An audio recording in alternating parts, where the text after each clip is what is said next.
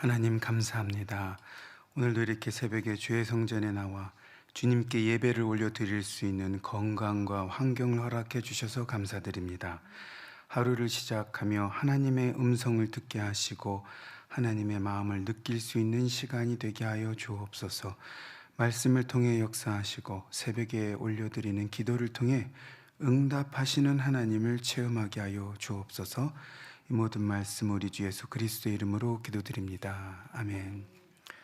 설 명절 연휴인데 이렇게 새벽에 마음을 모아 함께 예배를 올려드리기 위해 함께 하신 여러분들을 주님의 이름으로 환영합니다. 함께 찬송가 320장 나의 죄를 정케하사를 함께 찬양하도록 하겠습니다.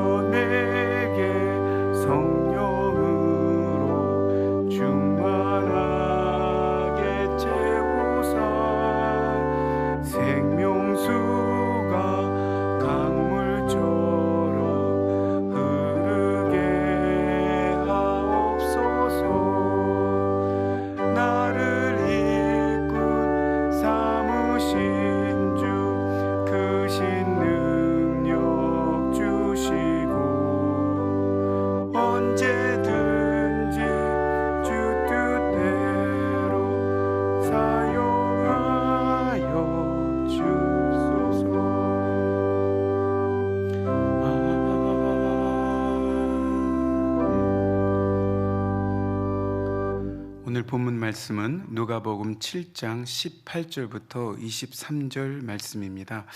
우리 말씀을 나누는 가운데 한 구절 한 구절 읽을 텐데 우리 함께 교독하는 구절은 23절만 함께 교독을 하도록 하겠습니다. 23절 말씀입니다. 누구든지 나로 말미암아 실족하지 아니하는 자는 복이 있도다 하시니라. 누가복음 7장 18절에서 23절 본문 중에 23절을 함께 읽었습니다. 오늘 함께 읽은 누가복음 7장 말씀은 사실 4장부터 시작된 예수님의 갈릴리 사역의 연장선에서 그 중에 한 부분으로 예수님께서 공생애를 시작하신 지 한 대략 1년 조금 넘은 그런 견고한 그런 시점에 있었던 일입니다. 예수님께서는 이때 참 많은 치유, 기적의 이적의 역사를 베푸셨었는데 본장의 앞부분에 보면 같은 7장 앞부분에 보면 로마 백부장의 믿음을 보시고 멀리 떨어져 있었지만 그의 사랑하는 종을 말씀으로 치유하시는 그런 사건이 나왔고요. 그 위에 바로 앞부분에는 나인성 과부의 아들을 소생시키는 그런 이적을 베푸심으로써 예수님께서 죽음을 다스리는 그런 신적 권세를 가지고 있다라는 것을 보여주셨습니다. 그리고 오늘 이제 본문에 나오는 이 부분은 참 어떻게 보면은 그 이적과 기적을 베푸는 흐름 가운데 조금 다른 전개다라고 할 수가 있는데, 이런 이적과 기적을 베푸는 예수님께 사람들이 찾아왔습니다. 누가 찾아왔냐면 세례 요한의 제자들이 찾아왔습니다. 세례 요한이 보냈습니다. 예수님에게 보내서 예수님께 이것 좀 물어봐라, 이거를 한번 예수님께 여쭙고 와라라고 보냈는데, 그 질문이 무엇이었는가 하면 예수님이 과연 진정한 메시아이신지 확인을 좀 하고 와라라고 세례 요한이 제자들을 보냈던 것입니다. 그 부분에 대한 그 질문에 대한 답을 예수님께서는 말씀으로 오늘 본문을 통해서 내가 메시아다라고 이렇게 답을 주는 그런 내용이 오늘 본문에 나와 있습니다. 그 말씀 속에 담겨 있는 참 깊은 진리가 있습니다. 그 부분을 함께 좀 보려고 하는데요. 18절부터 20절까지의 말씀을 잠깐 한번 보도록 하겠습니다. 우리 성경 있으신 분들은 함께 눈으로 따라 읽으면서 한번 보도록 하겠습니다. 우리 친숙하고 익숙한 말씀이지만 항상 하나님의 말씀은 무궁무진합니다. 그래서 우리가 친숙하고 알고 있는 게 다가 아닌 경우가 많은데, 그런 진리의 말씀을 여러분들과 좀 나누고자 합니다. 그런 차원에서 좀 처음 읽는 마음으로, 내가 이 말씀을 참 처음 읽는다라는 마음으로 함께 읽었으면 좋겠습니다. 우리 18절부터 20절까지 말씀을 읽도록 하겠습니다. 요한의 제자들이 이 모든 일을 그에게 알리니 요한이 그 제자 중 둘을 불러 주께 보내어 이르되 오실 그이가 당신이오니까 우리가 다른 일을 기다려오리이까 하라 하매, 그들이 예수께 나아가 이르되 세례 요한이 우리를 보내어 당신께 여쭈어 보라고 하기를 오실 이가 당신이오니까 우리가 다른 일을 기다리오리까 하도이다 하니. 세례 요한은 감옥에 갇혀 있었죠, 이 당시에. 그리고 그의 제자들이 전해 주는, 그 제자들을 통해서 듣는 예수 그리스도, 예수님에 대한 이런저런 이야기들이 참 세례 요한으로 하여금 좀 혼란스럽게 했어요. 뭐지? 내가 알고 있던, 내가 기대하던 그런 예수님 메시아이신가? 라는 그런 질문, 그런 혼란, 그런 어떤 궁금증에 세례 요한이 빠졌던 것입니다. 여러분, 우리가 갖고 있는 세례 요한의 이미지는 어떻습니까? 광야에서 석청과 메뚜기를 먹으면서 광야의 소리가 되어서 예수 그리스도의 길을 예비하는 참 훌륭한 선지자였죠. 그런데 오늘 이 부분에 보면 예수 그리스도께서 메시아이신지를 질문을 하는 확신이 없는 혼란스러운 그런 세례 요한의 모습을 우리가 볼 수 있습니다. 자신이 믿었어요? 그 자신이 선포했어요? 목숨까지 걸고 이 분이 바로 메시아이다라는 걸 자기의 목숨을 걸고 지금 선포하는 삶을 살았는데, 과연 이분이 메시아인가 하는 질문을 하게 되었다는 것입니다. 잘 사명자의 삶을 충실하게 감당하면서 그 누구보다도 최고 모범적인 그런 사명자의 삶을 살고 있던 세례 요한에게 질문이 생긴 거예요. 예수님이 정말 메시아인가? 그거를 예수님께 직접 묻고 있는 것입니다. 여러분, 왜 세례 요한은 이런 질문을 갑자기 했을까요? 그런 엄청난 삶을 살았던, 구분된 삶을 살았던, 구별된 삶을 살면서 예수 그리스도의 길을 예비하던, 어떻게 보면 예수님을 가장 잘 알고 믿었던 사람이라고 할 수 있는 세례 요한은 왜 이런 질문을 갑작스럽게 하게 된 것이었을까요? 여러분, 세례 요한이 감옥에 갇힌 부분이 큰 영향을 주었을 것입니다.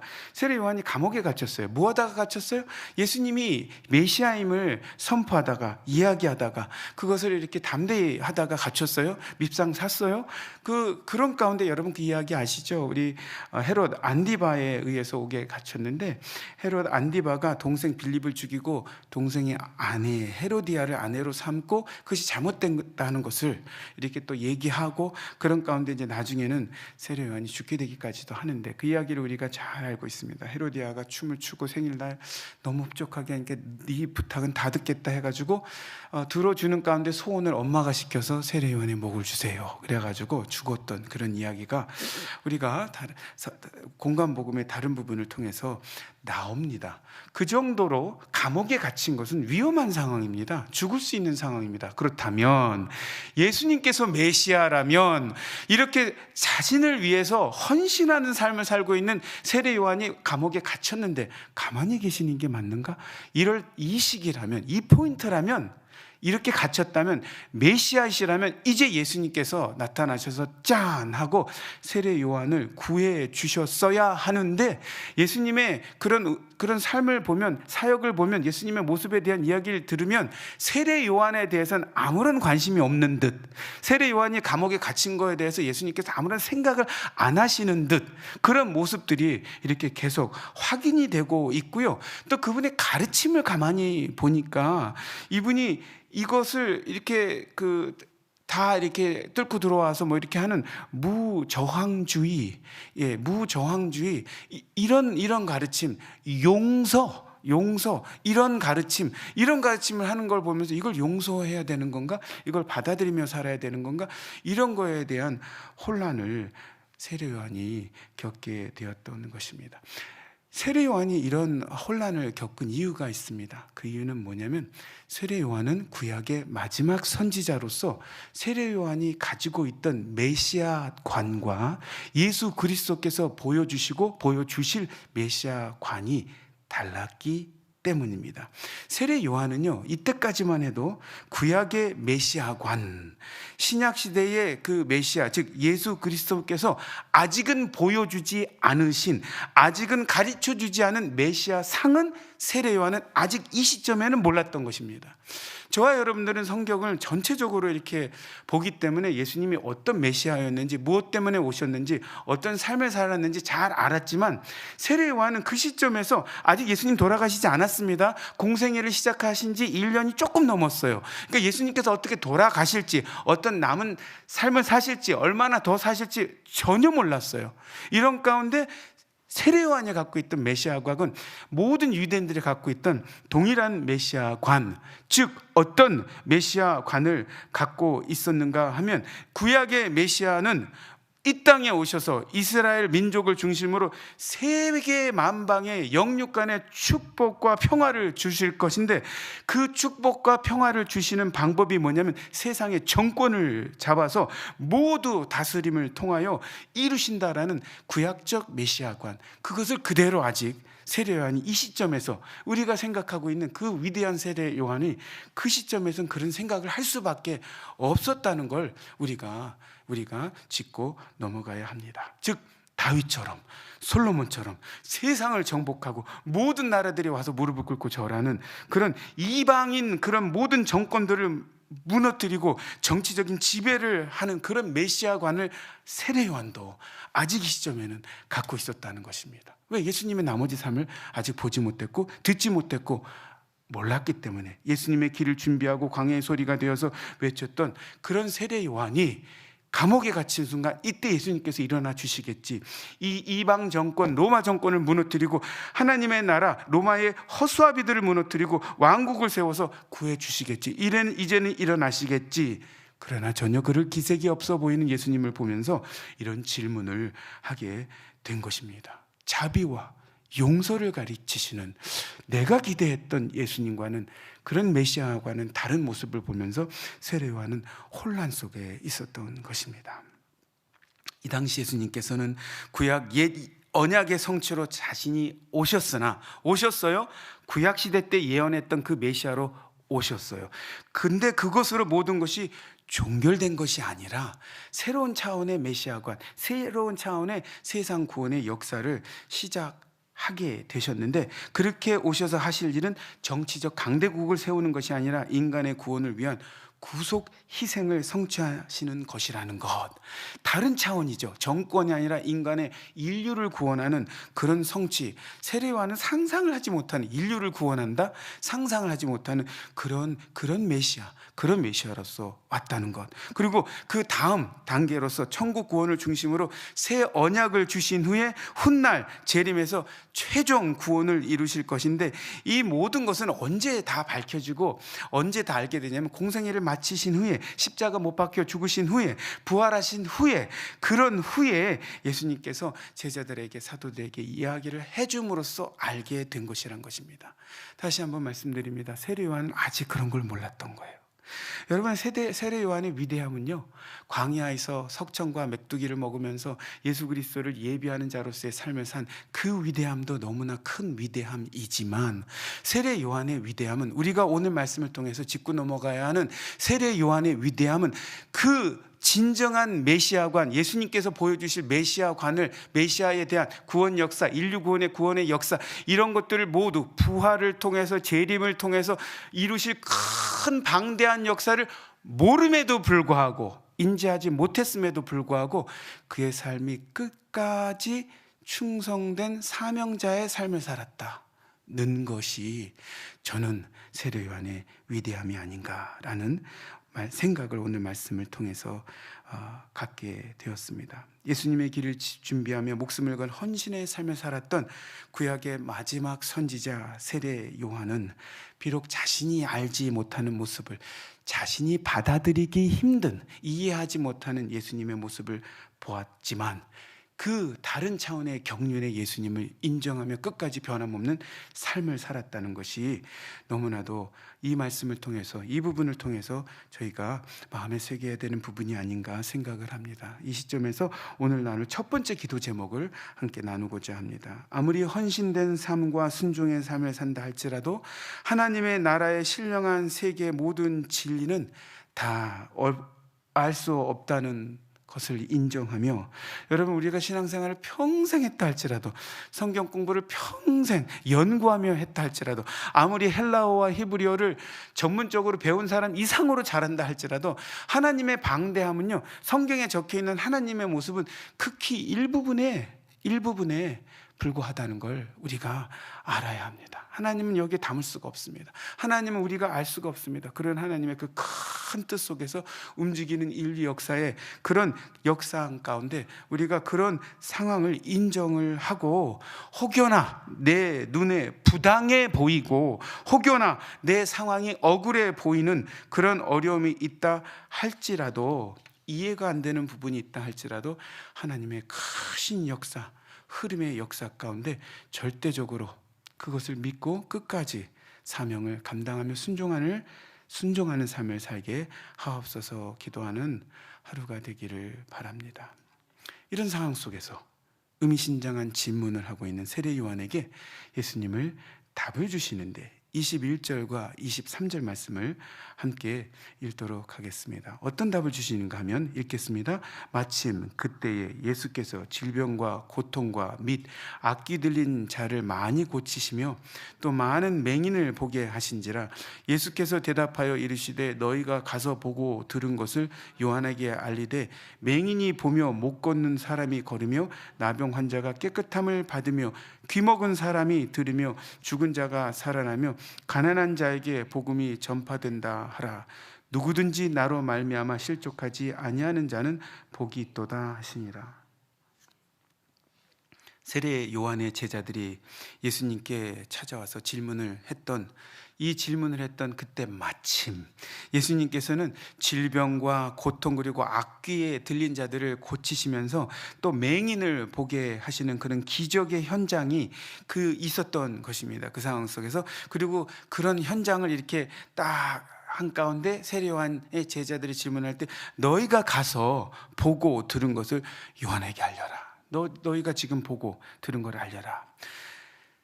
들은 것은 예수님께서 전파하신 복음, 어떤 메시지를 전달했는지를 전달하고, 너희가 본 것은 그 예수님의 복음이 진리고 내가 메시아임을 확인시켜주는 표적들이 있지 않느냐, 가서 전달해라 라고 친절하게 설명해 주시는 예수님의 모습을 볼 수가 있습니다.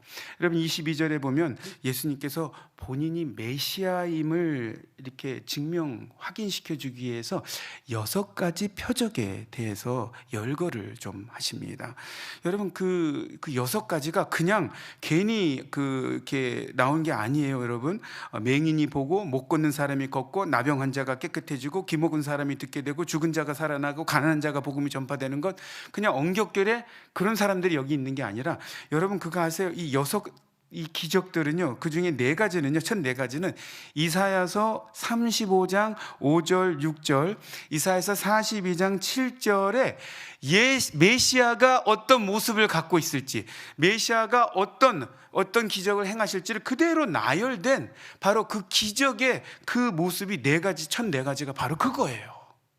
마침 그때 세례 요한의 제자들이 물어볼 때 그 이사야서에 나와 있는 메시아의 모습, 메시아가 무엇을 할 것인가라는 35장 5절 6절 42장 7절에 나와 있는 그런 모습들을 그대로 4가지를 예수님께서 너무 상세히 친절하게 보여주셨고, 마침 그때 여러분 예수님이 모르고 어쩌다 보니까 그렇게 됐을까요? 그건 아니겠죠. 예수님께서 마침 그때 그런 기적을 베풀어 주면서 이사야서 35장과 42장에 담겨 있는, 세례 요한도 잘 아는 그런 구절들을, 구절들의 모습들을 그대로 예언의 성취, 그리고 이렇게 보여주는 그런 모습을 볼 수가 있습니다. 그냥 읽으면 그런 줄 아는데, 알고 읽으면 예수님의 그 섬세함이, 그 모른다고 해서 그냥 모른 거로 넘어가지 않으시고 이렇게 최대한 우리를 이해시켜 주시고 우리 수준에서 설명해 주시는 예수님의 그런 섬세함이 담겨 있는, 이걸 모르면 그냥 넘어갈 수 있는 그런 따뜻함이 담겨 있는, 예수님의 사랑이 담겨 있는, 자상함이 담겨 있는 바로 그런 구절이에요. 너무 감사하죠. 우리가 몰라서 예수님께 이렇게 애타게 물어볼 때 예수님께서 상세히 이렇게 자세히 설명해 주시는 그런 따뜻함이 느껴지는 부분입니다. 4가지가 그렇고요. 그럼 나머지 2가지는 무엇이냐? 죽은 자가 살아나고, 사실 이 죽은 자가 살아나는 부분은 이사야서의 메시아의 모습으로 나타나 있지 않습니다. 그러나 이 부분을 또 예수님께서 보여주신 것은, 예수님은 구약에서 말하고 있는 메시아의 그 모습을 능가하는, 예언의 성취를 능가하는, 뭔가 더 있는, 구약을 넘어서는 그런 분이라는 것을 입증하기 위해서, 또 그것을 알려주기 위해서 죽은 자가 살아나고가 있고요. 그리고 나서 여러분 가난한 자에게 복음이 전파되는 것이라는 부분은, 여러분 성경을 읽을 때 이 가난한 자 이렇게 얘기할 때 꼭 기억하고 읽으셔야 될 부분이 있습니다. 그건 뭐냐면, 가난한 자, 그러면 우리가 생각하는 가난한 자는 돈이 없거나 먹을 것이 없는 사람들, 그 차원에서의 가난한 자를 생각하는데, 저희가 성경을 읽을 때 가난한 자를 돌봐라, 가난한 자가 나오면, 여러분 그 당시에 가난한 자는 대부분, 다는 아니겠지만 대부분, 지금은 우리가 열심히 일해서 먹고 사는, 이제 대한민국이라는 환경 속에서 먹고 살 수 있다, 열심히 일하면, 이런 어떤 사회적인 구조가 있지만, 그 당시에 가난한 사람은 어떤 의미가 담겨 있냐면, 대부분 타의에 의한 가난함, 핍박, 약탈, 어떤 그런 타의에 의해서 어쩔 수 없이 피해를 입어서 가난하게 살 수밖에 없는 착취, 이런 의미가 성경에서 말하는 가난한 자에게는 담겨 있어요. 그래서 가난한 자를 돌봐라라는 것은 그 고통이 함께 담겨 있는 것입니다. 포괄적인 고난이 담겨 있는 것입니다. 타의에 의한, 내가 어쩔 수 없는 그런 공격에 의한, 타의에 의한 그런 가난함, 착취가 담겨 있기 때문에, 이 가난한 자를 이야기할 때 하나님의 백성들을 의미하고 표현하는 용어로 또 사용하기도 합니다. 이 가난한 자에게 좋은 소식, 복음이 전파되는 것입니다. 이렇게 앞부분에서 또 상세히 설명해 주시고, 또 기적 4가지를 보여주시고, 또 구약 이상의 그런 모습을 보여주신 예수님의 모습을 보면서 2번째 기도 제목을 좀 나누도록 하겠습니다. 오늘 함께 기억할 2번째 기도 제목은, 우리의 한계를 탓하지 않으시고 우리의 수준으로 내려와 말씀으로 설명해 주시고 표적으로 확인시켜 주시는 주님의 은혜를 바라보며, 눈에 보이는 표적을 표적으로 볼 수 있는, 인정할 수 있는 그런 영안을 허락하여 주옵소서.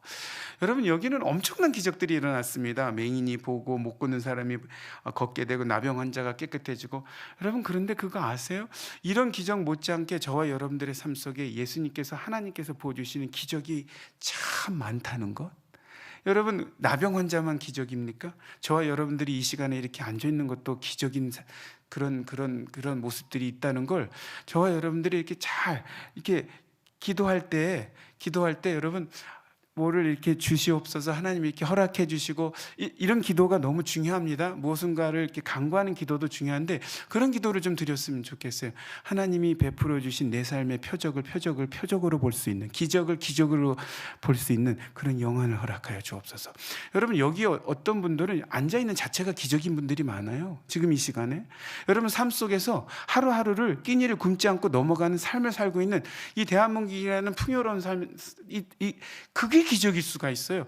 여러분, 자녀들이 지금 그렇게 너무나 그런 모습으로 살고 있는 게 엄청난 기적일 수가 있어요. 하나님이 베풀어 주신 이런 병, 맹인, 그런 못 걷는 사람, 이런 기적뿐만 아니라 저와 여러분들 삶 가운데 하나님이 함께 해주시지 않으셨다면, 하나님이 역사하지 않으셨다면, 하나님이 주시지 않으셨다면 내가 누리지 못하는 것이 너무 많은 기적들이 얼마나 많은지 몰라요. 근데 그 기적을 기적으로 볼 수 없고 표적으로 보지 못하고 우연히 혹은 내가 노력해서 라고 생각하는 경우가 너무나 많다는 겁니다. 영안이 가려서 하나님의 역사를 보지 못하는 거예요. 하나님의 섭리를 보지 못하는 거예요. 여러분, 여기서 지금 운전해서 집에 가는 게 기적일 수도 있어요. 여러분, 이게 무사히 담임 목사님께서 2023년 2024개의 감사를 하자고 했죠. 기적에 대한 인정이에요. 표적에 대한 인정이에요. 하나님께서 순간순간 베풀어 주시는 그런 하나님의 은혜에 그런 인정이 바로 그 감사한 거예요. 오늘 하루를 살아갈 때 하나님께서 베풀어 주시는 표적과 기적을 볼 줄 아는, 인정할 줄 아는, 그래서 2024개의 감사를 할 줄 아는 저와 여러분들이 되기를 주님의 이름으로 축복을 합니다. 23절에 누구든지 나로 말미암아 실족하지 아니하는 자가 복이 있도다 하셨는데, 여러분, 이 말씀은 세례 요한 같은 사람도 혼란을 겪은 것처럼 이 당시 많은 사람들이 그들이 갖고 있는 신앙의 틀이죠. 메시아관이에요. 어렸을 때부터, 글을 읽지도 못할 때부터, 말을 하기 전부터 이런 메시아가 올 거야 라는 교육을 받았어요. 이방 나라들을 다 무너뜨리고 제국을 세울 거야, 이런 메시아관을 갖고 있었죠. 잘못된 구약적 메시아관, 제한적인 메시아관, 자기 중심적 메시아관을 갖고 있었기 때문에 많은 사람들이 예수님을 거부했습니다. 예수님을 믿지 않았습니다. 거기다가 자비를 가리키고 용서를 가리키고 이런 예수님을 받아들일 수가 없었습니다. 실족했습니다. 그것이 실족이에요. 그들이 기대했던 메시아, 내가 그린 메시아, 내가 생각한 하나님은 이래야지, 의로운 하나님은 이래야지, 공평한 하나님은 이래야지 하는 자기가 그린 메시아관 속에 자기가 그 도를 세워서 실족을 한 것입니다. 예수님을 거부한 거예요. 여기서 말하는 실족이라는 단어는 스칸달리스데라는 단어로서 돌 같은 것에 걸려 또는 부딪혀 넘어지다라는 어원적 의미를 가지고 있습니다. 예수님이 자신이 원하는 모습을 갖지 않았을 때 걸리는 거예요. 넘어지는 거예요. 자신이 세운 돌, 내가 만들어 놓은 돌, 내가 갖고 있던 돌 속에 내가 넘어지는 거예요. 그래서 가지 못하는 거예요. 실족을 하는 거죠. 로마서 9장 33절에 보면 기록된 바 보라, 내가 걸림돌과 거치는 바위를 시온에 두느니 그를 믿는 자는 부끄러움을 당하지 아니하리라 함과 같으니라. 혹여나 걸림돌과 거치는 바위가 있다 할지라도 예수님을 그대로, 여러분 상상 초월의 예수님이세요. 그리고 여러분, 저와 제가 그 꿈꾸는, 바라는 그 이상의 것을 예수님과 하나님은 이렇게 역사의 거대한 흐름 속에 이루시는 예수님이시죠. 그런 예수님을 인정하고 세례 요한이 자신이 생각했던 모습이 아닌 메시아의 모습을 갖고 있는 예수님이 그런 모습임에도 불구하고 끝까지 그런 삶을 살았던 것처럼 온전히 믿는 자는 부끄러움을 당하지 않게 되는데 진정한 구원과 영생의 축복 속에 거하게 될 것이다. 실족하지 아니하는 자는 복이 있도다. 이 말씀을 통해서 마지막 기도 제목을 나누도록 하겠습니다. 내가 만든 예수님, 내가 바라는 예수님이 아니라 나에게 보여지는 예수님, 나에게 확인되는 예수님을 그대로 온전히 믿고 따르는 하루가 되어 구원과 영생, 상급과 칭찬의 축복을 누리는 주의 자녀들이 되게 하여 주옵소서. 위에 기도 제목을 놓고 함께 기도하겠습니다. 저를 따라하고 기도하겠습니다. 주여 은혜를 주옵소서. 주여 실족하지 않게 하옵소서. 주여 절대적인 순종의 삶을 살게 하옵소서. 함께 기도하겠습니다. 하나님 아버지 은혜를 감사합니다. 오늘 말씀을 통하여 우리의 제한적인 이해력과 우리의 제한적인 사고력을 가지고 다 이해할 수 없는 예수님의 모습, 하나님의 모습이 있다 할지라도 세례 요한처럼 끝까지 믿고 온전히 따르는 삶을 사는 주의 자녀들 되게 하여 주옵소서. 하나님 아버지께서 우리의 한계를 탓하지 않으시고 따뜻하게 저희들에게 이해할 수 있는 모든 것들을 설명해 주시는 그런 예수님의 그 사랑을 느끼며 하나님께서 보여주신 가득 채워주신 우리 삶의 기적과 표적을 볼 줄 아는 영안을 갖게 하여 주옵소서. 오늘 하루를 살아갈 때 하나님께서 내가 만든 예수님이 아니라 내가 바라는 하나님이 아니라 예수님의 모습 그대로 하나님의 모습을 그대로 믿고 따르는, 그리하여 부끄럽지 않게 구원과 영생, 상과 칭찬의 축복을 누린 주의 자녀들 되게 하여 주옵소서. 하나님 감사합니다. 오늘 세례 요한의 모습을 통하여 우리의 모습을 보게 하시고 자신이 이해 안 되는 모습이 있었으나 끝까지 예수님의 큰 역사 속에 순종하는, 사명을 감당하는 삶을 산 세례 요한처럼 그런 가운데서도 예수님께서 최선을 다해 우리의 이해를 도와주시고 또 우리 삶의 표적과 기적을 가득 채워주신 예수님의 사랑을 보고 확인할 수 있는 그런 영안을 허락하시고, 또한 그런 가운데 실족하지 않아서 내가 세운 바위, 돌, 내가 그린 예수님의 모습을 주장하기보다는 나에게 보여지고 확인된 예수님을 온전히 믿고 따르는, 그래야 하나님께서 허락하시는 구원과 영생, 상급과 칭찬의 축복을 누리는 주의 자녀들 되게 하여 주옵소서. 감사하며 모든 말씀 우리 주 예수 그리스도의 이름으로 기도드립니다. 아멘. 하늘에 계신 우리 아버지여, 이름이 거룩히 여김을 받으시오며 나라가 임하옵시며 뜻이 하늘에서 이루어진 것 같이 땅에서도 이루어지이다. 오늘 우리에게 일용할 양식을 주시옵고 우리가 우리에게 죄 지은 자를 사하여 준 것 같이 우리의 죄를 사하여 주시옵고 우리를 시험에 들게 하지 마시옵고 다만 악에서 구하옵소서. 대개 나라와 권세와 영광이 아버지께 영원히 있사옵나이다. 아멘. 100대 기도 제목, 영적 글로벌 플랫폼에 사명을 감당하는 우리의 기도, 100대 기도 제목을 가지고 함께 기도하겠습니다. 오늘은 월요일 사랑 글로벌 아카데미를 위해 기도하겠습니다. 저희 여러분들이 합독해서 읽고 아멘 하시면 되겠습니다. 미션과 비전을 위한 기도.